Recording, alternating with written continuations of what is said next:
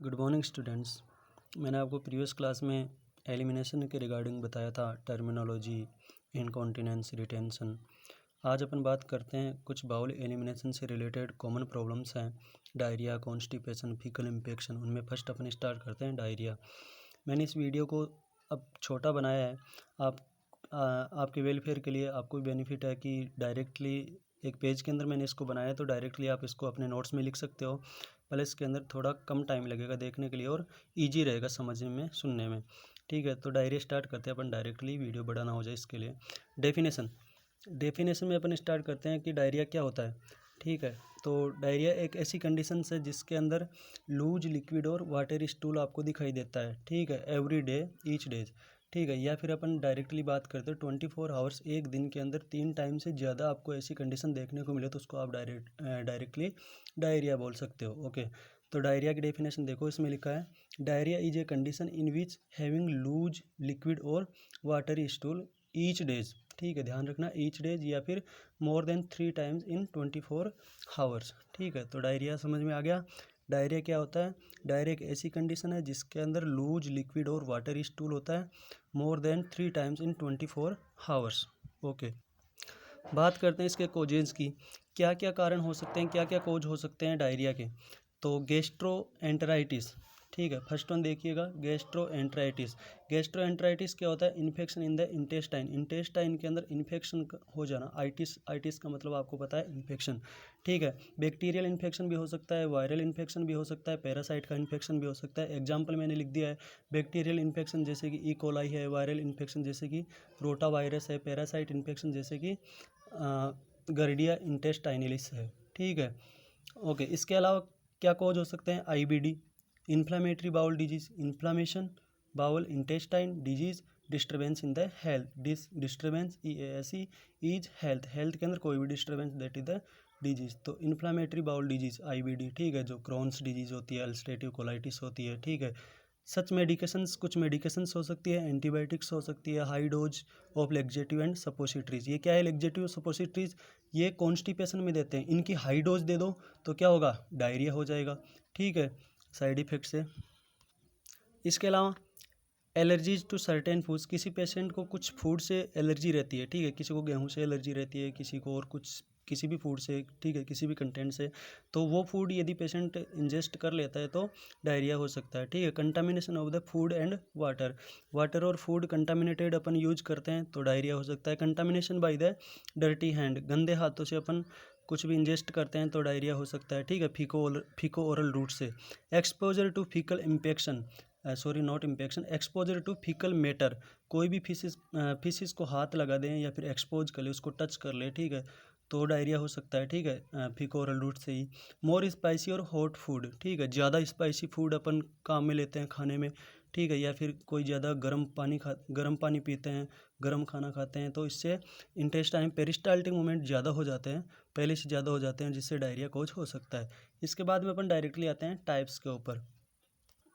चलो, टाइप्स के अंदर मैं डायरेक्टली बात करूं, एक्यूट डायरिया और क्रोनिक डायरिया। एक्यूट किसको बोलोगे? फॉर शॉर्ट ड्यूरेशन, कुछ घंटों के लिए, ठीक है, कुछ दिनों के लिए जो डायरिया हो रहा है वो एक्यूट डायरिया है। ठीक है, क्रोनिक डायरिया एक्यूट ही क्रोनिक के अंदर कन्वर्ट हो जाता है, जो मैंने लिखा है परसिस्टेंट डायरिया। ठीक है, परसिस्टेंट, लगातार। ठीक है, लास्टिंग मोर देन 2 वीक, ठीक है, 2 वीक से ज़्यादा जो डायरिया चल रहा है उसको बोलते हो आप क्रोनिक डायरिया। ठीक है, मैंने स्टार बना के लिखा, if blood is present in diarrhoea या फिर इन स्टूल। ठीक है, स्टूल के साथ में आपको ब्लड दिखाई दे रहा है, उसको बोलते हो आप डिसेंट्री। याद रखना, डिसेंट्री बोलोगे आप स्टूल के साथ में आपको ब्लड की प्रेजेंस दिखाई देती है तब।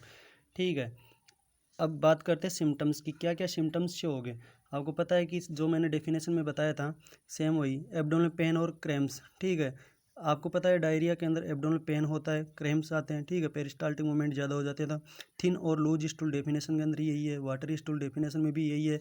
ठीक है, an urgent feeling that you need to have an bowel movement. ठीक है, पेशेंट को एक ऐसी अर्ज होगी, ऐसी अर्जेंट फीलिंग आएगी कि वो बाउल मूवमेंट के लिए, पेरिस्टाल्टिक मूवमेंट बढ़ जाएंगे, फीसिस पास करने के लिए जाए, बट रिजल्ट जीरो, कोई रिजल्ट नहीं आएगा।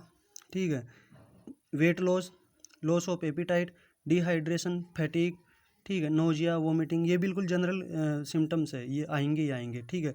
आपको पता है कोई भी इन्फेक्शन होगा, फर्स्ट वन सिम्टम्स आता है फीवर। ठीक है। बॉडी टेम्परेचर इंक्रीज हो जाता है, ध्यान रखना। डायग्नोसिस में पेशेंट की फिजिकल एग्जामिनेशन आप करोगे, असिसमेंट करोगे, फिजिकल असिस्ट करोगे, पेशेंट को पूछोगे, हिस्ट्री पूछोगे, हिस्ट्री बता देगा पेशेंट, पता चल जाएगा। फिर भी यदि डॉक्टर को कोई डिजीज़ फाइंडिंग आउट करनी है उसको, तो ब्लड टेस्ट कर सकता है, CBC। ठीक है। इसके बाद में ट्रीटमेंट, प्रिवेंटिव मेजर्स। ठीक है। किस जहाँ तक हो सके वहाँ तक डायरिया है, कॉन्स्टिपेशन है, ऐसी जो प्रॉब्लम्स होती है उनको प्रिवेंटिव मेजर से प्रिवेंट करना है अपन को। ठीक है। जहाँ तक हो सके वहाँ तक कोई सर्जिकल ट्रीटमेंट, मेडिकल ट्रीटमेंट नहीं फॉलो करना है। देखिएगा, एडिक्वेट रेस्ट, पेशेंट को एडिक्वेट रेस्ट प्रोवाइड करना है। ठीक है। फुल रेस्ट प्रोवाइड करना है, क्योंकि पेशेंट के डायरिया कब हुआ है, जब इंटेस्टाइनल मूवमेंट ज़्यादा हो गए हैं तब। तो पेशेंट रेस्ट करेगा तो इंटेस्टाइनल मूवमेंट हो जाएंगे डिक्रीज, कम। इसमें एडिक्वेट रेस्ट प्रोवाइड करेंगे, ध्यान रखना।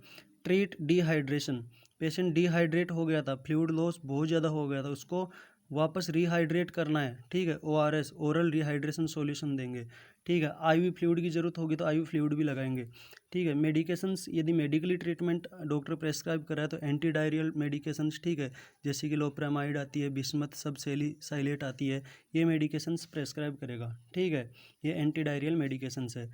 आपको पता है जो कोजेज के अंदर अवॉइड कोजेज के अंदर स्पाइसी और हॉट फूड से हो रहा था डायरिया, तो उसको अवॉइड कर देंगे, नेगलेक्ट कर देंगे, मना कर देंगे।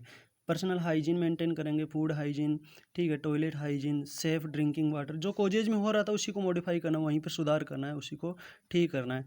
वैक्सीनेशन, वायरस के कारण डायरिया हो रहा है बच्चों में, तो रोटा वायरस का वैक्सीन लगाते हैं। ठीक है। तो ये सारे बहुत सारे प्रिवेंटिव मेजर्स हैं। ठीक है। Thank you for listen this class.